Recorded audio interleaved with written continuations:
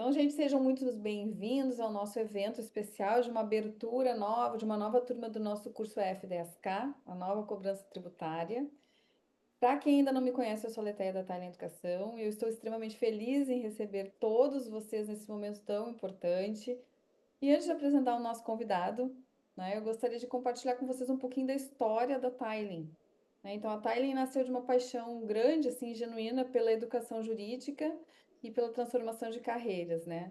Há muitos anos nós percebemos assim uma lacuna bem significativa no mercado dos conhecimentos específicos sobre cobranças tributárias que simplesmente eles não existiam ou não eram disponíveis assim de uma forma acessível, né?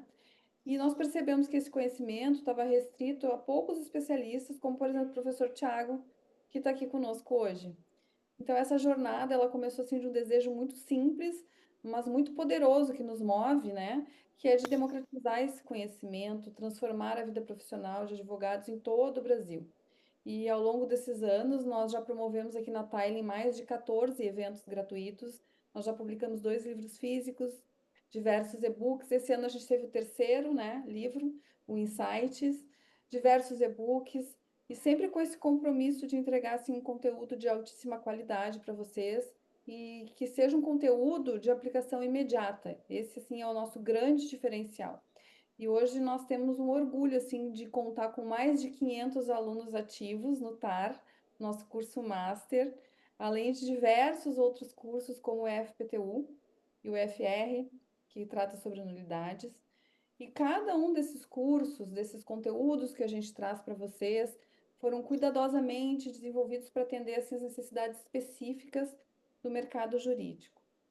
E hoje nós estamos aqui para falar desse nosso curso, que é assim uma verdadeira revolução e que pode transformar completamente a forma como cada um de vocês enxerga e atua nas execuções fiscais.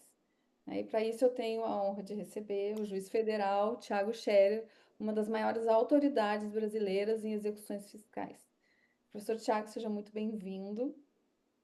Muito obrigado, Leté. É um prazer sempre muito grande estar com você, estar com os queridos alunos, amigos. Nós já temos aqui uma rodinha assim de queridos amigos realmente que nos estimulam a estar presente para preparar sempre o melhor conteúdo. Eu sempre fico muito empolgado de estar com todos vocês, ainda mais abraçando esse projeto, né, que representa não apenas é um curso, né, mas é uma oportunidade que a gente percebe no cotidiano, no falar com os alunos, que é uma oportunidade de transformação profissional, né? Não é uma apenas ensinar, né, mas é transformar, como a Letéia fala, né? E antes da gente entrar assim, nos detalhes do curso, eu gostaria que o professor pudesse compartilhar com todo mundo que está aqui a visão desse momento atual do direito tributário no Brasil, né, especialmente no que diz respeito às execuções fiscais, Muito porque a gente bem, tem tido muitas mudanças, né? com E eu toda certeza. queria te dar Hoje uma mesmo conversadinha com a gente sobre isso. claro, com todo prazer. Hoje mesmo atendi uma advogada de São Paulo e lá pelas tantas na nossa conversa, olha, assim, de tédio a gente não morre, né? Eu até brinquei com ela, olha, com os alunos eu sempre falo de tédio a gente não morre, porque a gente sempre tem muitas novidades, muitos soluços, muitas transformações. E o momento assim atual ele é extremamente único, né, na história do direito tributário brasileiro. Já se fala, né, da década de ouro do direito tributário, e um amigo meu tributarista fala, na verdade não é uma década, na verdade a gente vai ter uma geração de direito tributário. E essa mesma colega de hoje à tarde estava comentando que no mestrado dela, o professor lá em São Paulo fala que, olha, nossos netos e bisnetos ainda vão falar desses mesmos problemas que a gente enfrenta, né, de cumulatividade, não cumulatividade, coisa de PIS, COFINS, e vamos ter isso na reforma tributária, o contencioso tributário vai continuar. E uma parcela muito significativa do contencioso tributário diz respeito justamente às execuções fiscais. Nós temos uma estatística, dados agora de fevereiro, que o CNJ me compartilhou, são mais de 20 milhões de processos de execução fiscal espalhados por todas as comarcas do Brasil. 20 milhões, como eu vi numa palestra esses dias, 20 milhões de alguma coisa é muito dessa mesma coisa. 20 milhões de processos que são, na verdade, vidas que estão em jogo ali, né? São oportunidades que podem estar esperando aí um advogado para tentar resolver um problema desses, e é uma vida que está também angustiada com uma questão, né, com um processo. Para quem está lá do outro lado, é uma questão que está, às vezes, atormentando e às vezes leva um problema para uma próxima geração. Né? A gente sabe, a gente teve lá nas aulas do Tributário Pro, né? Acho que foi no Tributário Pro 2, né? Até a gente falou sobre a sucessão tributária causa mortes, como isso pode afetar, né, as seguintes gerações. Então o problema tributário ele é da vida realmente. E nestas transformações que a gente está percebendo, nós tivemos duas alterações muito importantes, ainda são bem quentes, né, que se tratam do tema 1184 da repercussão geral do Supremo Tribunal Federal, que é de dezembro de 23, e a resolução 547 de 2024, que é de fevereiro de 24 do CNJ. Nessa resolução, o CNJ veio para regulamentar como deve ser aplicado o tema 1184, porque se trata de uma repercussão geral, portanto, obrigatório. Esses dois, digamos assim, paradigmas, eles criaram um ambiente completamente... A gente ainda não digeriu tudo o que está acontecendo, mas transformaram completamente o ambiente das cobranças tributárias e também, né, onde tem dificuldade, tem oportunidades. Né? Onde tem crise, a gente pode criar uma solução. E a gente vê, diante desses novos paradigmas, uma grande oportunidade para talvez já o profissional resolver um problema de um cliente com uma nova perspectiva e com isso ajudar uma vida mesmo, como eu estava falando, né, Leté? A gente percebendo nesses dados, assim, é impressionante, né, a mudança e o impacto que essas mudanças causam na prática dos advogados. E aí eu queria pedir para o professor Tiago para falar um pouquinho sobre isso, assim, porque a gente recebe bastante pergunta, conversa com os alunos, né? E aí eu queria trazer para esse grupo maior que hoje está aqui conosco, nos acompanhando, se puder falar um pouquinho. Claro, e eu vou endossar as palavras da Letéia, porque eu abri uma caixinha de perguntas hoje pela manhã, mas já tinha aberto uma na semana passada, e reiteradamente venho, sabe, eu tenho esse hábito, né, gostoso de conversar com a audiência sobre os assuntos aqui, que é da nossa paixão, né, das cobranças, e é estranho, né, a gente se apaixonar pela cobrança, mas enfim, a gente gosta. E precisa alguém saber, né, precisa alguém gostar. E a gente sempre dialoga e percebi assim, bem interessante que muitas questões vieram com questões sobre a 547, né? Sobre a nova sistemática, tem muito, a gente vai falar, separei aqui algumas questões interessantes para tratar com vocês, mas muitas sobre o protesto da certidão da dívida ativa, essa nova ferramenta de cobrança que é muito acelerada. Nós estamos tendo, já tem num horizonte agora de médio prazo, pelo que eu ouvi no CNJ também, alterações com relação à averbação pré-executória. Então a gente vem percebendo a aplicação de ferramentas de cobrança que ainda não eram utilizadas, que não eram obrigatórias, digamos assim. O protesto, olha só que interessante isso, tá? Até 2012, o protesto ele era proibido. Proibido em matéria tributária. Protesto é multissecular, tem 600 anos de história, né? Tá ligado aos títulos de crédito. O protesto era proibido. Veio em 2012 uma lei para permitir o protesto. Hoje o protesto é permitido com relação, ou melhor, até há poucos dias atrás, ele era permitido com relação à CDA. Hoje, né, depois deste novo paradigma dúplice aí que eu comentei, o protesto se tornou uma ferramenta obrigatória. Ele se tornou um filtro para a nova cobrança, a nova execução fiscal. E a gente tem uma mudança completa de paradigma do tratamento pelo qual a fazenda deve fazer a cobrança. Antes pegava a certidão e jogava no judiciário, esperando que por milagre o juiz conseguia resolver a execução. Às vezes a gente até consegue, né? Mas nem sempre. Nem sempre a gente faz o milagre do aparecimento do executado. E hoje o judiciário olha para trás, olha, a gente tem uma ferramenta muito interessante, vamos instituí-la como uma espécie de filtro. E a gente vê então, isso tem uma série de repercussões, tanto em velocidade, tanto em pressão. Muito me perguntaram, sabe? Muito me perguntaram sobre como é que funciona o processo, essa pressão, qual é o prazo, qual é a consequência, qual é o custo, quem é que faz o quê, né? Isso precisa dominar para, por exemplo, solucionar um protesto, prevenir um protesto, cancelar um protesto. Isso tudo hoje está dentro dessa nossa, digamos, matéria-prima aqui de trabalho, que é o conhecimento prático em execuções fiscais. Muitos já dominam, né? Mas a maioria, lamentavelmente, não domina esses problemas. E eu vou ousar dizer uma coisa para te devolver a palavra, Leté. Eu vou ousar dizer uma coisa. Nem a fazenda pública, e assim que também, né? Talvez não nos ouçam aí, mas nem o judiciário ainda está completamente orientado sobre como aplicar essa nova ferramenta de cobrança, como a gente deve entender estes filtros que são sequenciais hoje em dia. Eu sempre fiz aquela analogia quando a gente gravou a UFDSK, né?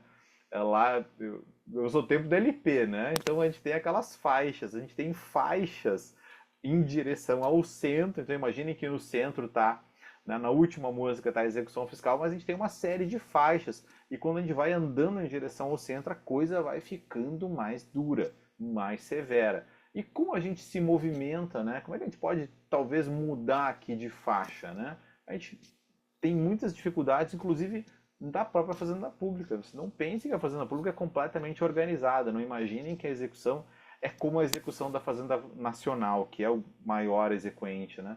A gente percebe muitas dificuldades, por exemplo, até em matéria de danos, né? Eu ouvi do Tribunal de Contas aqui do Estado que alguns municípios evitavam executar, evitavam protestar, e hoje se tornou obrigatório, vejam só, para evitar um risco de dano moral. E um professor amigo meu fez um story, eu estava dando uma aula na Unicinos, que é uma faculdade aqui, mestrado lá, e ele estava dizendo, olha, como o dano tributário, a gente já teve aula no TAR, né, até sobre o dano tributário. E isso, o dano tributário, está intimamente ligado ao protesto indevido da CDA. Então isso pode ser inclusive uma matéria-prima de trabalho, né? Fazer uma fiscalização por parte da Fazenda Pública com relação à rigidez do seu crédito.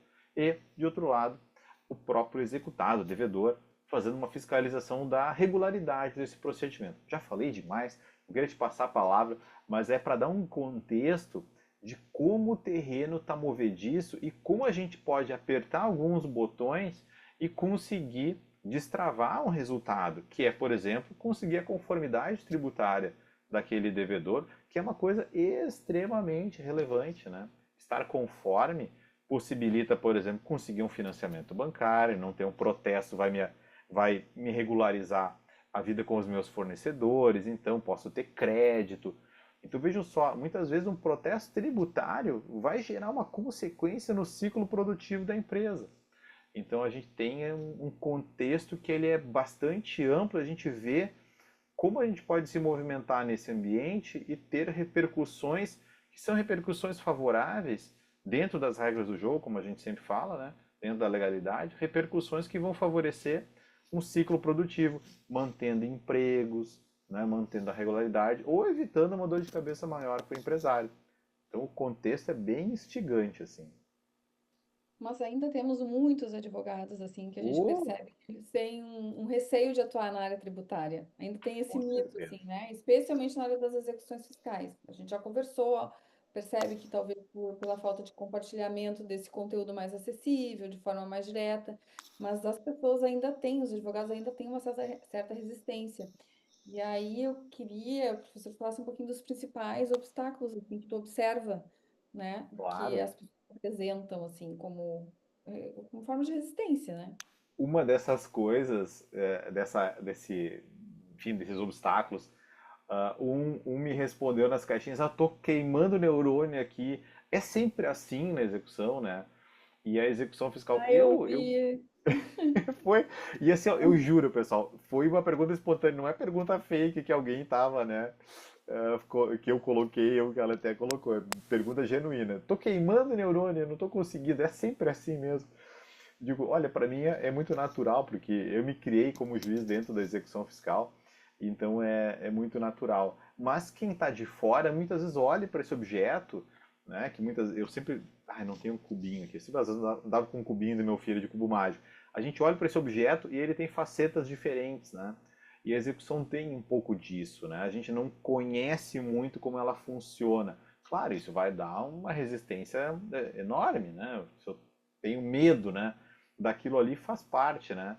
Mas a gente está sempre engajado aqui em tornar isso que pode, talvez, aparentar ser complexo, a gente tenta converter isso de uma forma mais acessível, né? Porque a gente não quer ninguém intimidado, né, com lei, com jurisprudência, especialmente com a jurisprudência e, talvez o mais importante, com a prática, né? A prática nas execuções ela é extremamente relevante, né?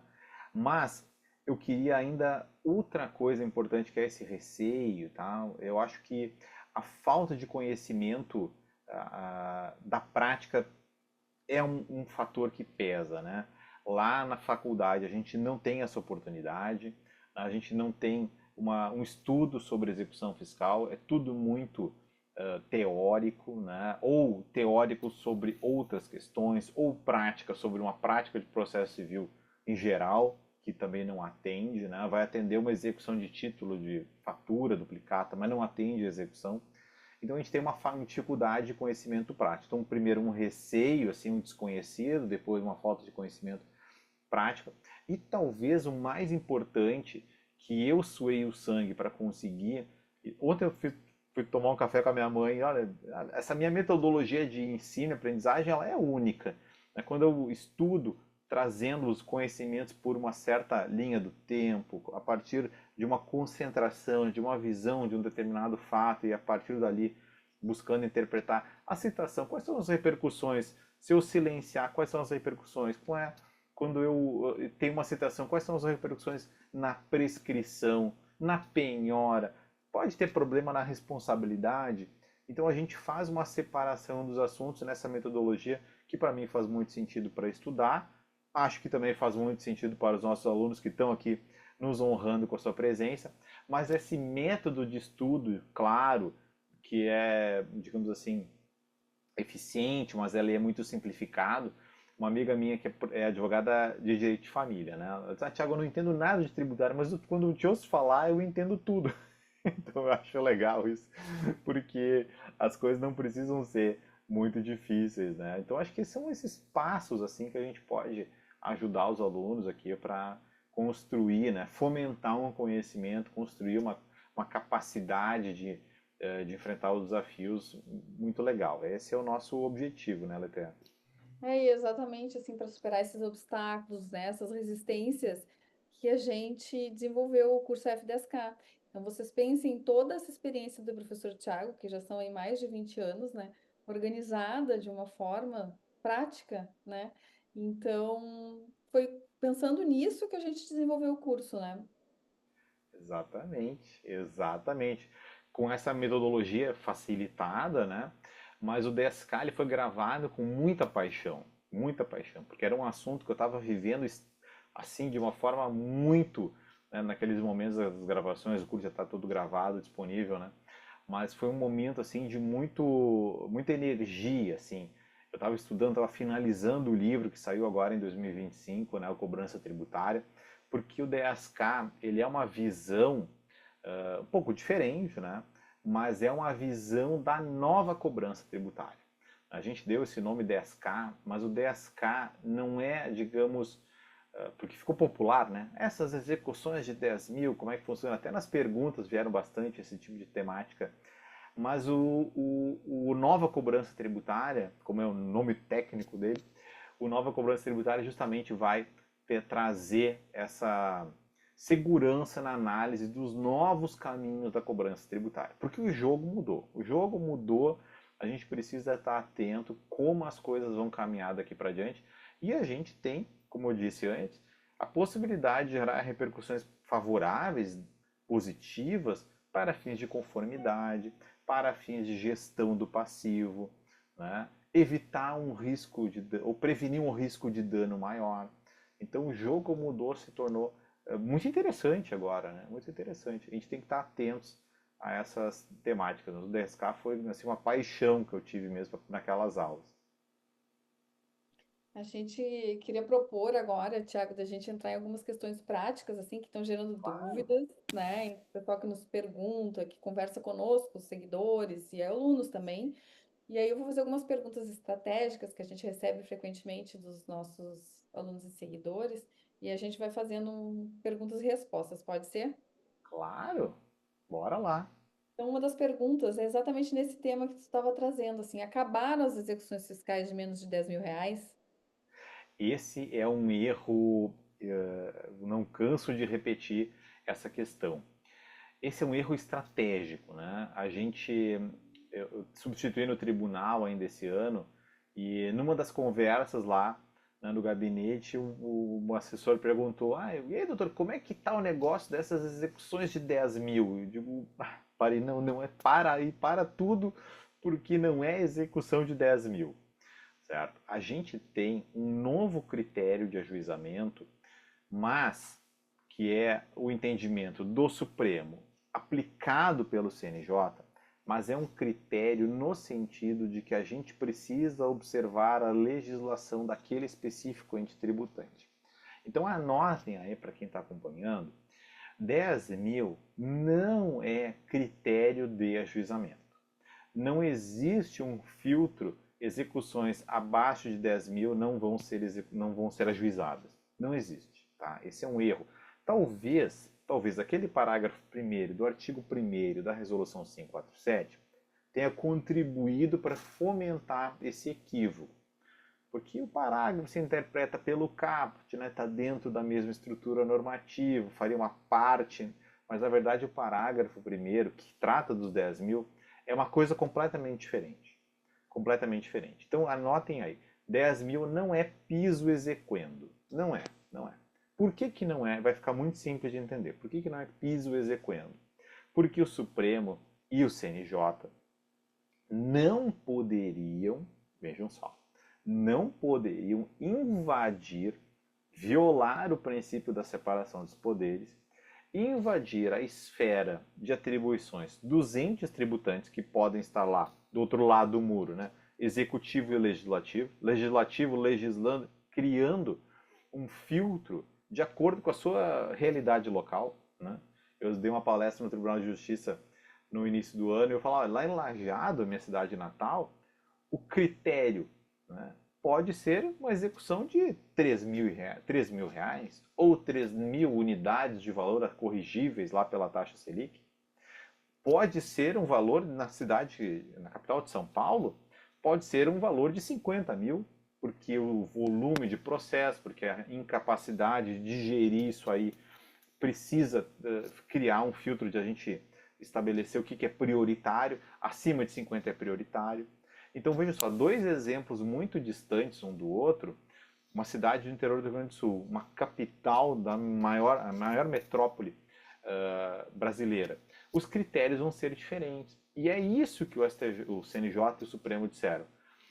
Os entes tributantes vão poder legislar conforme a realidade local, conforme a especificidade daquela entidade, daquele local, daquela economia. E isso vai ser posto por ou uma lei ou um outro ato normativo. A gente não vai entrar na discussão sobre se precisa essa lei, se precisa ser, né, se pode ser um outro ato normativo, uma portaria, alguma coisa do tipo, uma resolução, enfim, algo, ou um decreto do prefeito, um decreto do governador. Isso vale para estado também. Mas então a gente vai ter um critério que é o critério daquele credor. É isso que o CNJ e o Supremo determinaram. O Judiciário não vai medir com a sua régua. Isso é muito interessante. Ele vai medir com a régua daquele exequente. Daquele exequente. A gente vai falar mais sobre isso ainda, né, ao longo da nossa conversa aqui, mas, portanto, para fechar a resposta aqui da pergunta da Leté, sim, nós podemos ter novas execuções fiscais ajuizadas em 2025 de menos de R$ 10.000. Aí, Thiago, como isso? Por quê? Porque a gente vai observar o critério normativo daquele específico credor, daquela fazenda pública. No estado do Rio Grande do Sul, pode ser menos de 10 mil. No Mato Grosso, pode ser mais de 10 mil. E a gente vai observar a atribuição do ente. Mas eu posso medir com a régua do próprio exequente. Ou seja, se o município ajuizou um valor abaixo da sua própria régua, essa execução está contrária ao que ele próprio legislou. E isso a gente pode aplicar contra o exequente a régua do exequente. O que eu não posso é pegar, como foi decidido no tema 109 da repercussão geral, pegar a régua do Estado e aplicar contra o município que faz parte daquele Estado. É uma régua do Estado aplicada no município. Isso eu não pode, eu tenho que aplicar o mesmo critério da mesma, enfim, da entidade nos seus créditos. Né? Essa é a grande questão que passa despercebida porque o artigo 1º, tanto a primeira parte do tema 1184 quanto o artigo 1º, eles não foram explícitos. Eles não foram assim, eles podiam ter deixado talvez um pouquinho mais na cara, mas observadas as competências dos entes tributantes, ficou um pouco nebuloso. Mas é assim que é para ser. É assim que é para ser. Tomara que tenha ficado claro. A segunda pergunta é se a parte pode pedir a aplicação do tema 1184 e da resolução 547. Essa é uma grande questão também, senti essa questão nas caixinhas. Eu quero deixar um detalhezinho para falar lá no encerramento, lá para prestigiar quem acompanha a nossa conversa. Eu quero deixar um retoquezinho para fazer lá no finalzinho, no fechamento, para honrar todos que compareceram e acompanharam. Mas para responder este ponto aqui, sim, claro que pode. Claro que pode. Por quê? Porque o Supremo, quando disse que o juiz pode extinguir as execuções por falta de interesse, e como eu disse na primeira questão, aplicando a régua, por exemplo, do município de Cuiabá, a régua do município de Cuiabá contra as execuções do município de Cuiabá, sim, ele pode fazer isso. Ou seja, se o critério era 50 mil e foi ajuizada por 37 mil, é uma execução que está abaixo do critério do ente.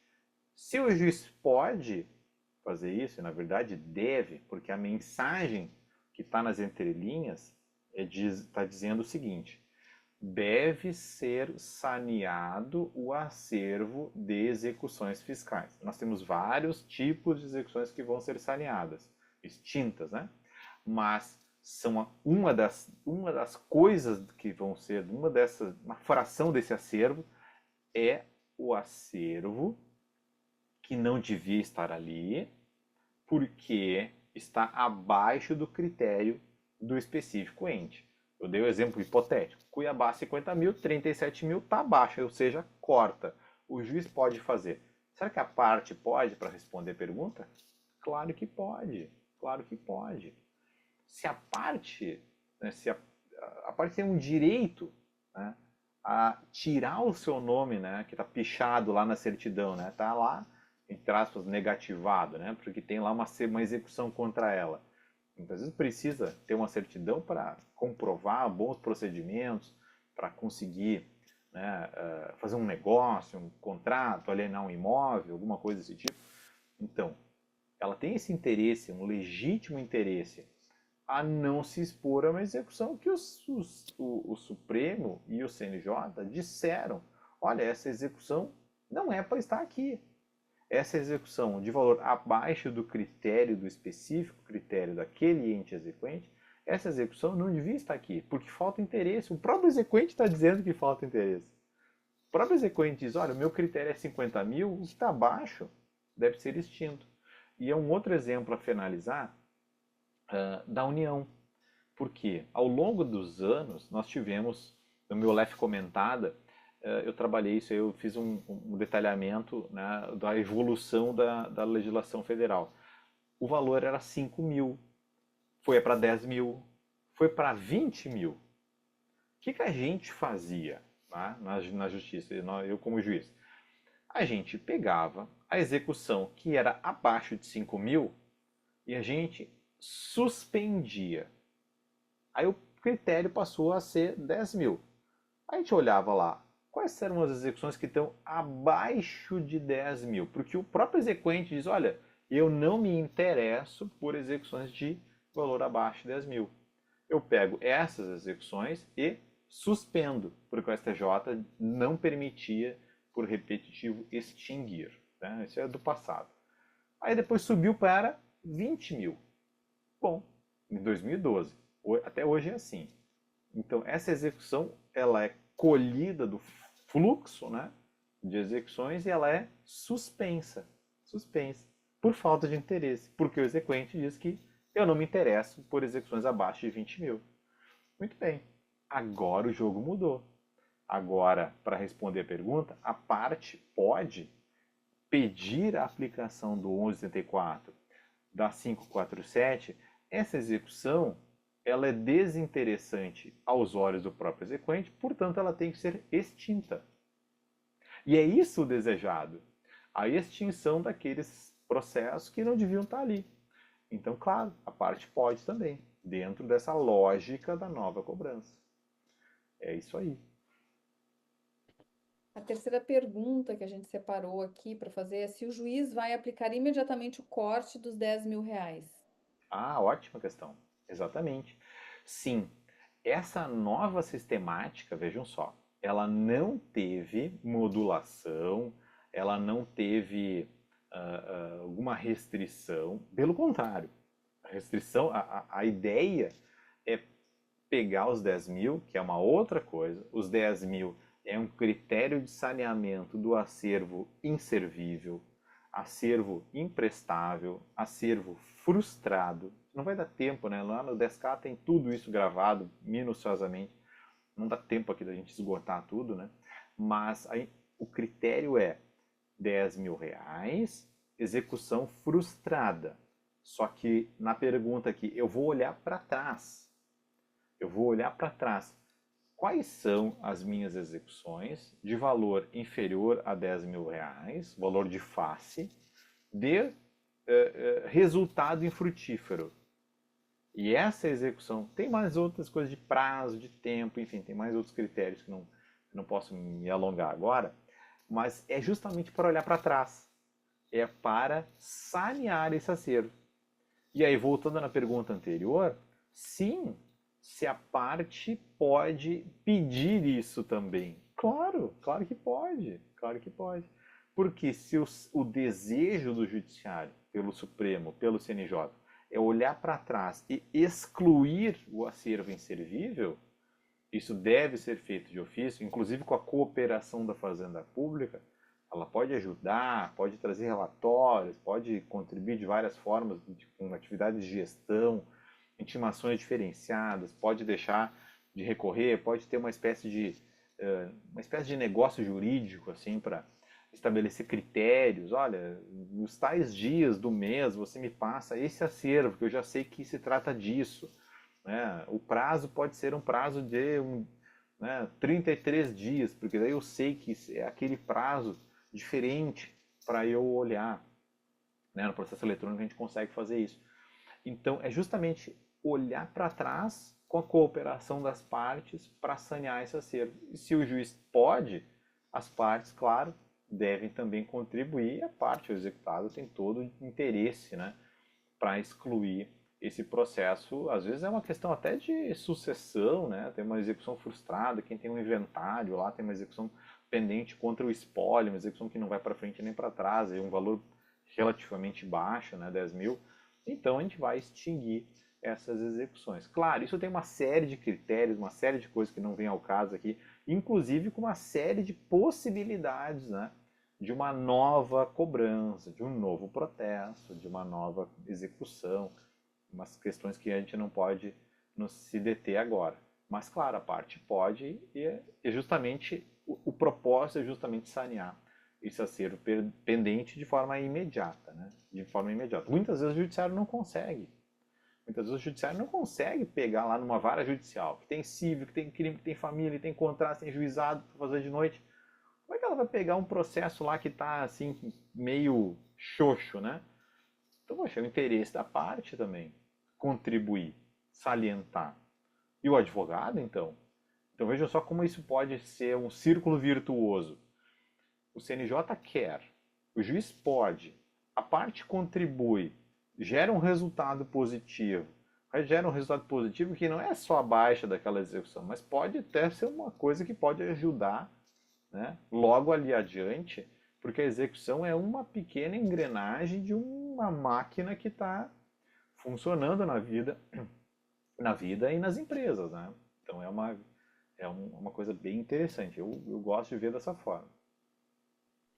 E a próxima pergunta é como vai funcionar o sistema da nova cobrança? Um pouquinho já falou, né? Mas se pudesse dar mais alguns detalhes. Claro, claro, claro.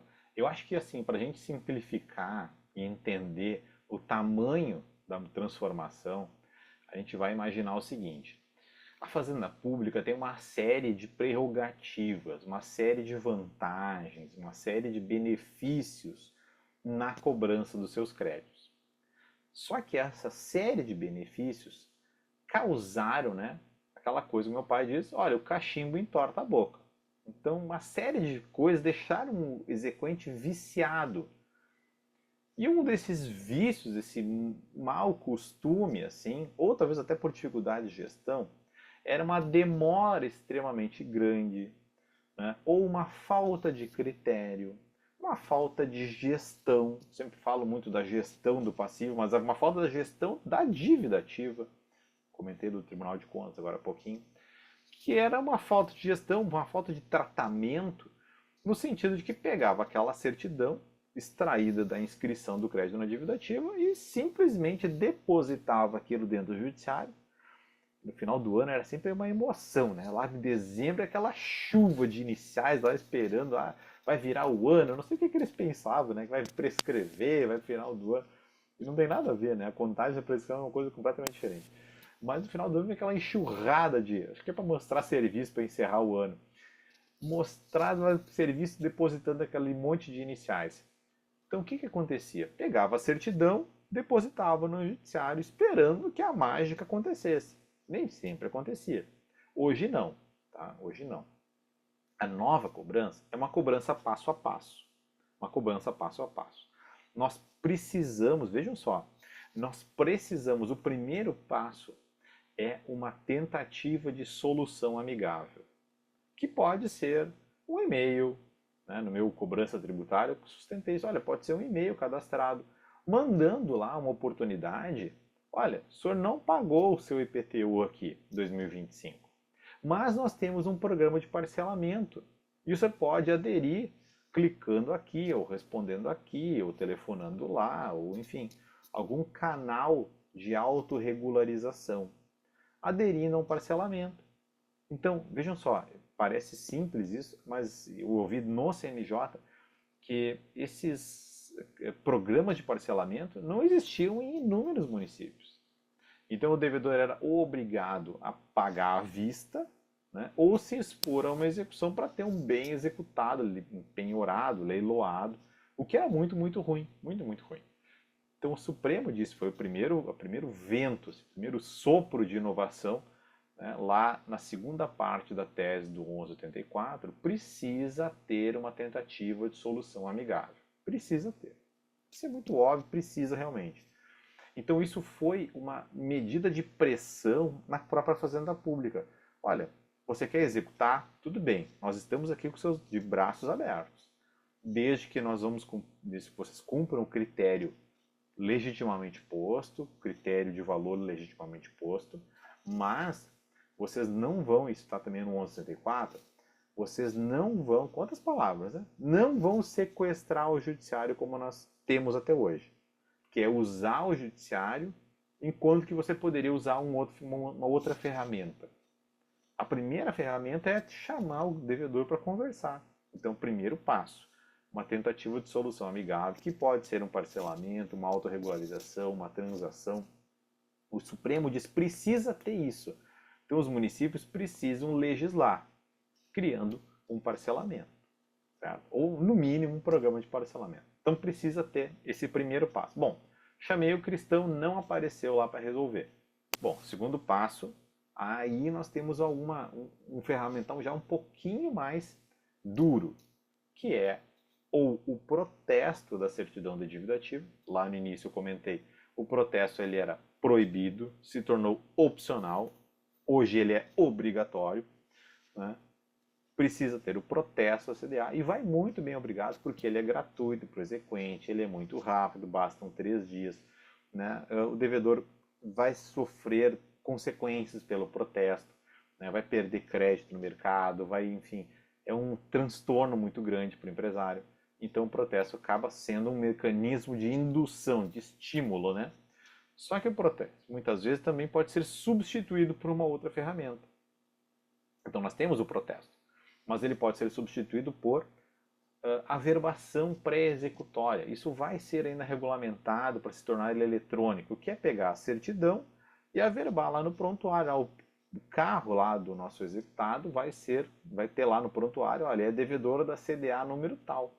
O Supremo já tinha validado esse procedimento, isso inclusive previne a fraude contra a execução, mas é uma ferramenta muito interessante, né, para estimular o pagamento e prevenir a fraude. Então, segunda alternativa, protesto. Segunda alternativa, averbação para executória. Alternativa mais uma, que é negativação em cadastros de inadimplentes. Tá? É uma outra ferramenta. A gente já sabe como é que funciona o cadastro de inadimplentes, tem que chamar o cara, né, para saber que vai ser negativado, é mais uma forma de cobrança. Mas o cadastro de inadimplentes também vai muito bem.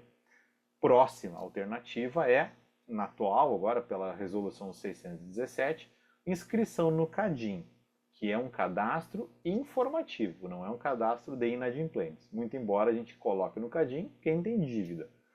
Então, funciona muito bem no âmbito federal, tem mais de 20 anos. Né? Eu tenho algumas críticas com relação a isso, com relação à potência disso, já deixamos gravado isso também lá no 10K, né, LFM? Mas o CADIM é uma alternativa.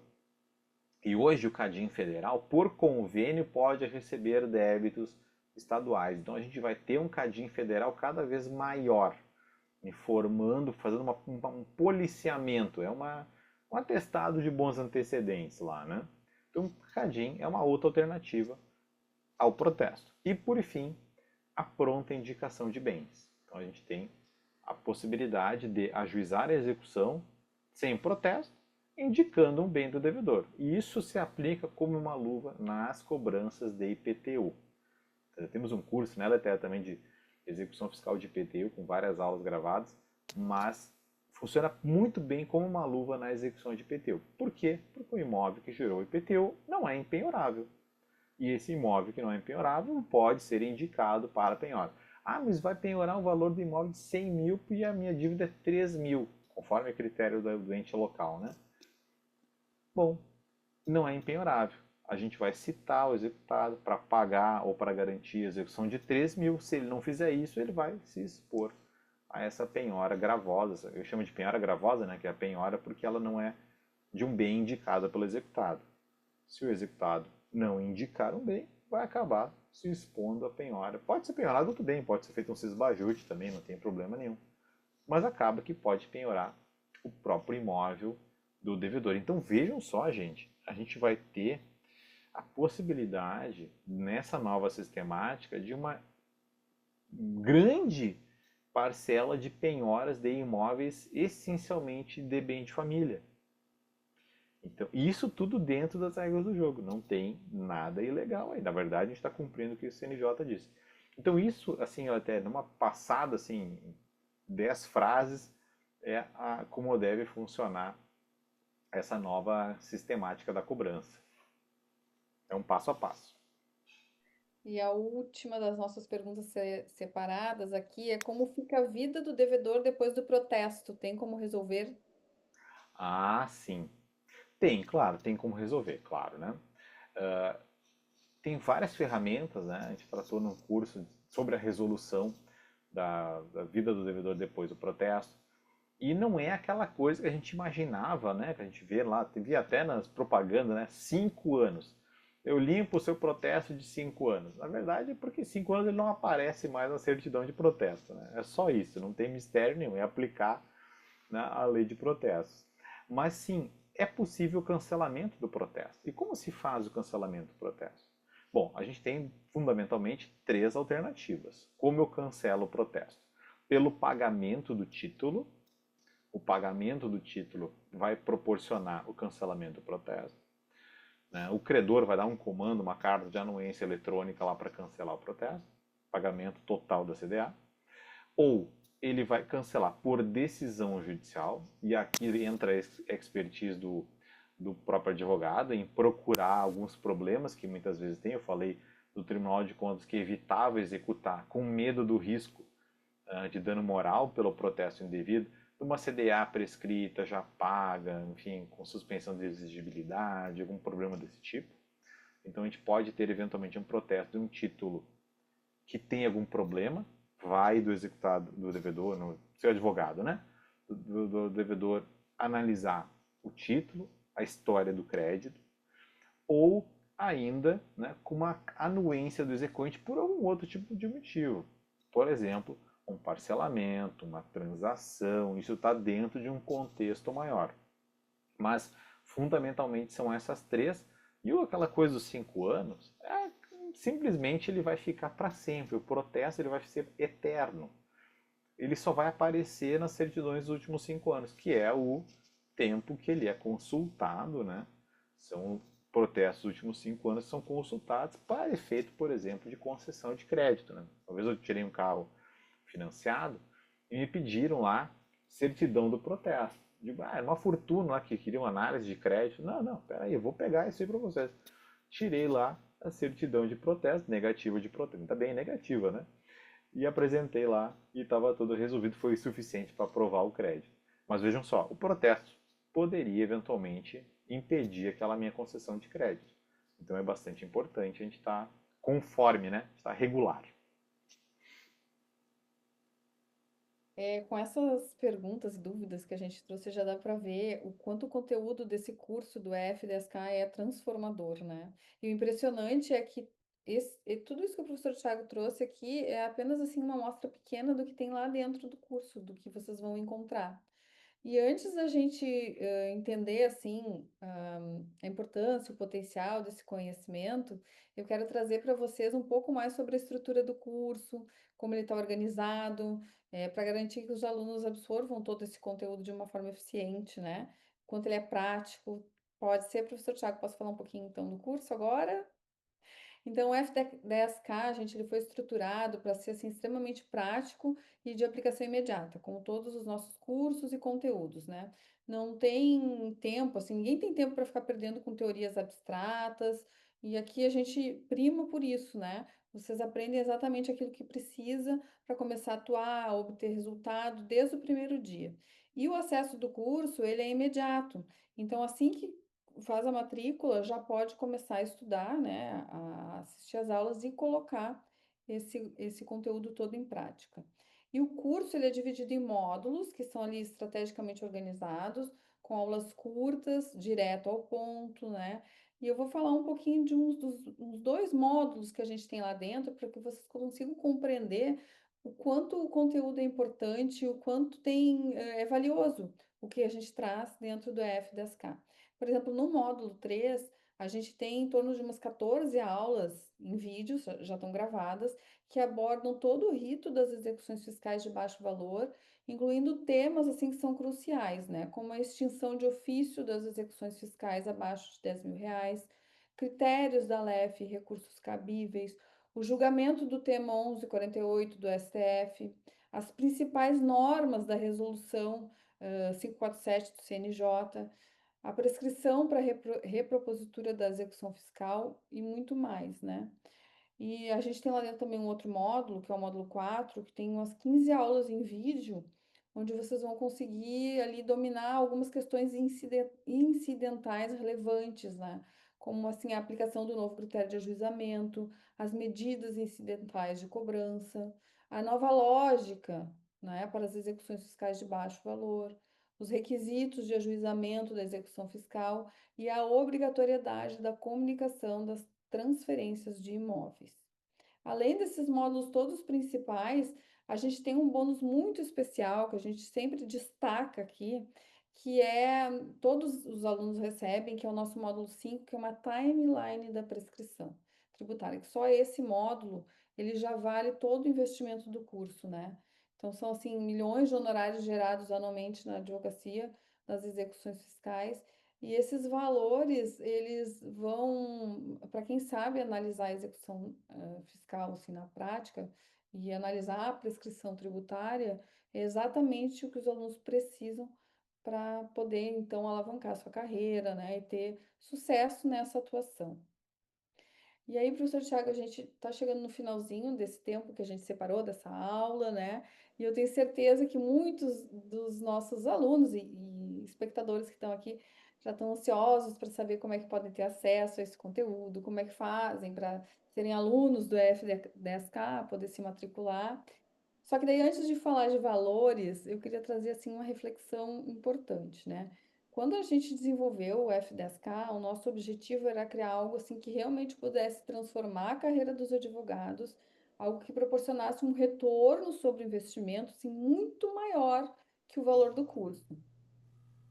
E aí, pensando nisso, assim, um investimento normal seria de mais ou menos uns R$ 797.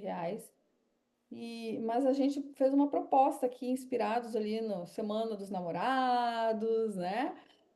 E eu vi uma campanha muito interessante que eu achei, até eu vou trazer aqui, que a gente às vezes dá de presente lá perfume, perfume acaba, roupa sai de moda, né? Já um conteúdo como esse, um curso, é algo que provavelmente a pessoa guarda com ela para sempre. Então a gente resolveu entrar na onda da Semana dos Namorados e a gente está propondo aqui um preço especial para quem quiser entrar, se matricular no TAR, no F10K, ou presentear alguém, né, com um conteúdo diferenciado. Então, essa semana a gente está fazendo até quarta-feira esse curso por 397, né? R$ 397 à vista ou parcelado em 12 vezes de 41,06 centavos. Então, o acesso do curso é imediato, né? A gente tem aí um acesso de 180 dias, garantia de 7 dias. E assim que a inscrição é confirmada, o aluno já tem acesso a todo esse conteúdo, incluindo o bônus que a gente falou, que é da prescrição tributária, timeline, que é um conteúdo realmente muito diferenciado. Isso significa que é possível começar a aplicar o conhecimento e gerar resultados assim que se matricular. Hoje mesmo, se a pessoa quiser, entra no curso e já pode acessar. E a gente está chegando num momentinho assim crucial e se encaminhando para o encerramento, né? E eu tenho certeza que quem está aqui conosco gostaria de saber como o que pode fazer, o que pode ser feito para obter esses resultados, né? Ou o que falta assim para tomar esse passo decisivo em direção a essa transformação profissional. E aí eu queria pedir de novo para o professor Tiago, o que ele poderia dizer para aqueles que ainda estão em dúvida, ainda não sabem se ingressam no curso, se matriculam ou não, né? Queria passar a palavra um pouco para o professor Tiago, porque a gente sabe do Claro, conteúdo que tem, né, e como está organizado lá. com toda certeza, com toda certeza. Eu tenho uma paixão, né, por esse assunto, tanto que escrevi um livro inteiro sobre isso aí lá, né? Fazia parte de uma atividade lá do meu doutorado. E uns amigos até brincaram, ah, isso aqui já é a tua tese, doutorado. Não, isso aí não é a tese, isso aqui é só um trabalho parcial lá do doutorado. Mas é um conhecimento, né, que a gente está vendo nessa nova sistemática que é muito relevante e que poucos profissionais possuem, como a gente viu, né, inclusive na própria fazenda pública, né, a gente não tem ainda uma expertise, né, porque o Brasil não é a fazenda nacional, o Brasil é a Procuradoria dos Estados, as autarquias dos municípios, e a gente vê erros inclusive no próprio judiciário, como a gente falou lá no início. E a gente, com o conhecimento técnico, pode identificar oportunidades de solucionar, como a gente falou agora há pouquinho, solucionar um problema de um protesto, um problema de uma execução pendente, uma execução frustrada, ou uma execução que não devia estar ali por outro tipo de razão, porque está fora dos critérios normativos daquele ente.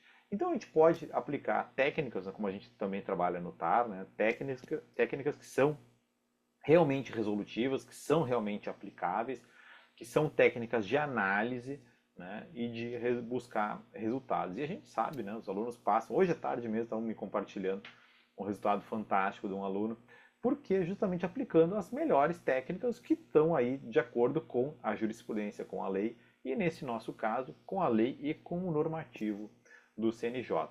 Isso então auxilia o profissional a se posicionar, né? Dizer o que pode, o que não pode ser feito. O advogado é o primeiro juiz da causa, vocês aprendem isso que nem eu na graduação, né? Saber o que fazer, saber o escolher, né? É decisivo, né? É uma coisa importante para o profissional e atuando como um especialista que vai depois conseguir, né? A gente vê isso acontecendo, é muito bom a gente receber feedback, mas a gente tem a certeza de que é assim, né? É impossível a gente ficar sem trabalho quando a gente tem resultado, né? Mais do que propaganda, mais do que falar, quando a gente tem resultado, isso fala por si só, isso fala na frente, né? E gerar resultado é o que está aqui na mesa, né? Está se deixando na mesa gerar resultado, um resultado que está dentro da legalidade, porque o CNJ, o Supremo, disseram que é para ser feito dessa forma. Disseram. Então a gente não está aplicando nada fora dos quadrantes aqui de como as coisas devem ser feitas.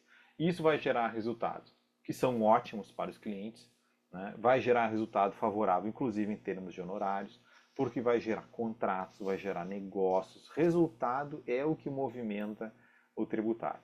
E o resultado, gente, o resultado é algo que movimenta o tributário e movimenta especialmente a carreira do aluno, do advogado, do profissional. Porque sabendo atuar, sabendo gerar os resultados, movimentando essa máquina, os resultados vêm. Isso, o plantio é opcional. A colheita é obrigatória. Quem plantou vai colher. E isso aqui é assim uma semeadura das coisas como estão, como para ser feitas, né? Então o 10K, a nova cobrança tributária, ela é um conhecimento, uma técnica que está aí à disposição e vai gerar resultado dentro desse universo de mais de 20 milhões de processos que estão espalhados em todo o Brasil, esperando muitas vezes, né, clientes esperando como resolver esse tipo de problema. Então, para te devolver a palavra, até às vezes a pessoa precisa um pouquinho, né, de um feedback aqui, sei lá, de uma opinião, mas a gente sabe que é assim que funciona com os advogados, com os alunos aqui, os nossos queridos alunos, gerando resultado, entra numa retroalimentação positiva, né? E é isso que acontece. E aí, para finalizar, eu queria saber se dá para resumir os principais benefícios que os alunos que vão ingressar no na nossa nova turma do FDSK vão obter com o curso. Olha, a gente sempre quer, né, aquele propósito, né, realizar aquele propósito de transformar carreiras e vidas, né? Não se trata só de tributário. A gente não está falando só de tributário. O que nos movimenta, né, na Thailand é esse grande projeto ambicioso, mas é um projeto de tocar a vida das pessoas. A gente tem essa paixão pelo ensino, né, eu e a Leté, a gente tem essa paixão pela educação, a gente faz isso por amor, né? Vocês sabem que a gente trabalha sempre está à disposição de vocês e é isso que a gente quer, né? Transformar carreiras, vidas através do conhecimento, porque é isso que movimenta a humanidade, é o conhecimento que movimenta. Então, no meu testemunho aqui, ela até acho que seria isso, que é o melhor de tudo, assim, né? Melhor de tudo, que é esse grande projeto que a gente tem de tocar, né, na vida e na carreira das pessoas.